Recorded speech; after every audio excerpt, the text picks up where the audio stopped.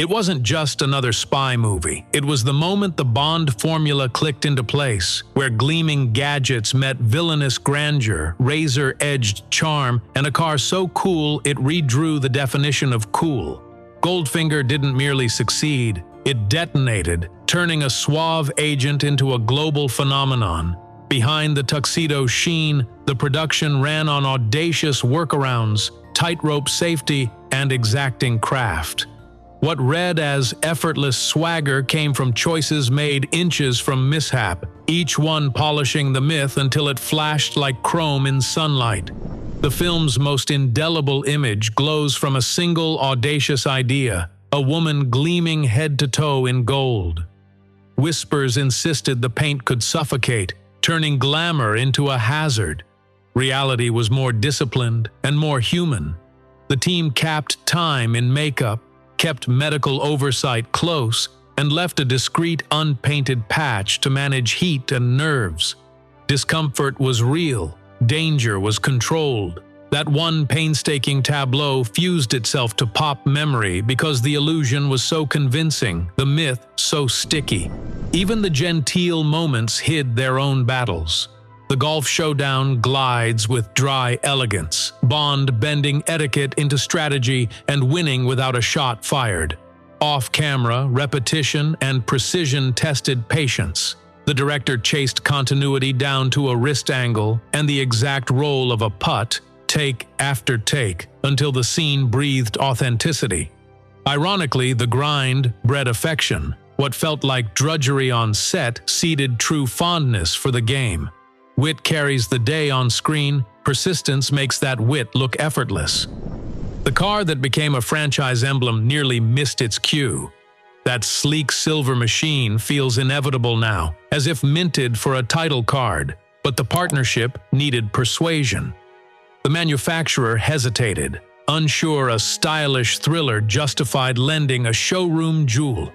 Production persisted, weaving fantasy into metal with plates that spun, hidden defenses that dazzled, and a seat engineered to make audiences grin. The result didn't just serve the plot, it nudged culture. After release, the car became a poster, a toy, a dream in chrome, product and persona fused. Across from the hero stood an antagonist whose presence filled the frame, while another performer's voice supplied the menace in the final cut. That fusion, one artist's timing married to another's tone, created a character larger than either contribution. Most viewers never noticed the seam because the sync was seamless. Villainy felt fated precisely because it was perfect collaboration hiding in plain sight. Two performances breathing as one. Danger was built from smoke, light, and nerve. The legendary laser sequence didn't rely on futuristic tech. It drew its shiver from practical effects with a rig that scorched on cue, sparks that looked and sounded authentic, and the relentless tick of a beam creeping closer. Performers reacted to real heat and the scent of singed wood. That sensory realism worked its way into their breath and eyes. A finicky setup even misbehaved during testing, prompting tighter protocols and slower rehearsals. The tension you feel is engineering doing its work.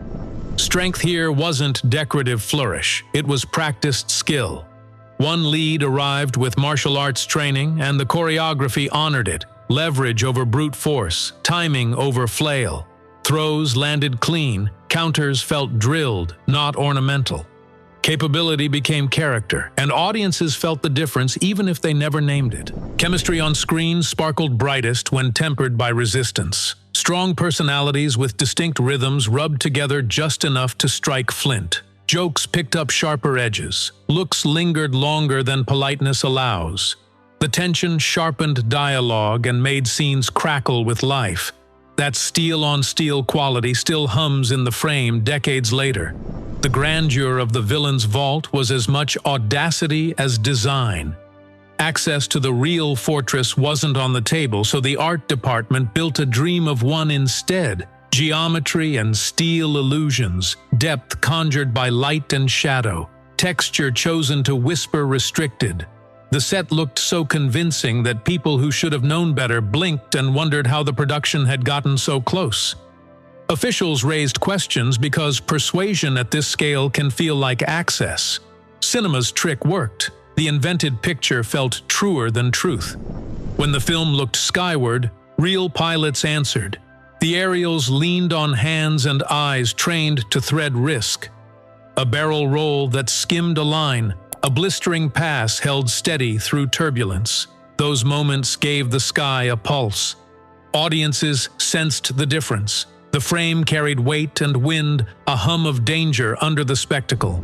Sometimes space itself became a creative engine. One menacing interior rose above a swimming pool, a superstructure assembled like a clock over water. The pool delivered depth and drop. The platforms offered angles suggesting architecture you were never meant to see. What read as sterile menace was, in reality, a humid puzzle solved under pressure. The mountains of bullion were lead-dressed for a ball. Prop teams cast and painted an unending parade of bricks until the piles looked heavy enough to crush and dazzling enough to blind. The illusion held so cleanly that stray bars later became cherished artifacts. Value here was belief calibrated to a gleam, craft over cost that made the fantasy feel tactile. Some props developed gravity all their own. The steel-edged bowler turned a man into a silhouette and a silhouette into a threat. The menace lived as much in ritual, the stillness, the turn, the release, as in the weapon's conceit. Half performance, half physics, it slid into franchise iconography like a blade into a sheath. Texture kept the fantasy honest. Cold metal and stark geometry anchored glossy images in a world that felt engineered more than imagined. Even on a soundstage, surfaces looked weighty, lines severe, spaces unforgiving.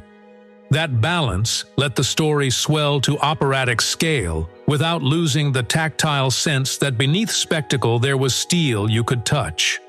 Grandeur needed grit, and this film found it.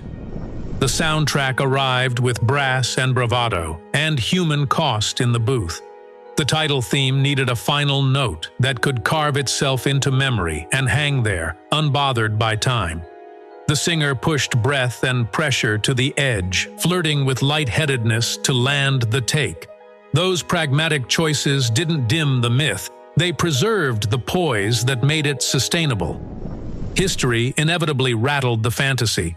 News about an actor's youthful affiliations sparked outrage in one country, bringing temporary prohibition that turned a studio headache into public storm. The controversy underscored constant tension. Characters are masks worn for months. People carry their lives forever. The gap between fiction and reality remained instructive and unresolved. When the curtain fell, the numbers didn't just please accountants. They rewired expectations. Scale grew, sets expanded, the musical identity got louder and more assured. Merchandise poured out, and a car's silhouette could sell a poster without a single word. The spy genre bent around the film's gravity and found itself newly defined. What began as a stylish thriller ended as blueprint and brand, proof that flair, risk, and craft can become a cultural weather system. Goldfinger endures because it braids polish with peril, cheek with craftsmanship, and playfulness with rigor. The production found practical answers to impossible asks and turned them into images that refuse to fade. Build a vault you can't visit, fake a laser you can't source, conjure opulence on a budget. Performers' skills and frictions sparked electricity in the frame, and illusions slipped into public memory like facts. Strip away the tuxedos, the smoke, and the one-liners, and you'll find 100 small choices by artists, craftspeople, pilots, singers, and stubborn optimists who believed that if they got every inch right, audiences would feel something larger than the sum of its parts. They were right. The legend wasn't effortless. It was engineered to look effortless. A rarer magic that still glints when the projector flickers and that gleam catches the eye like sun off steel.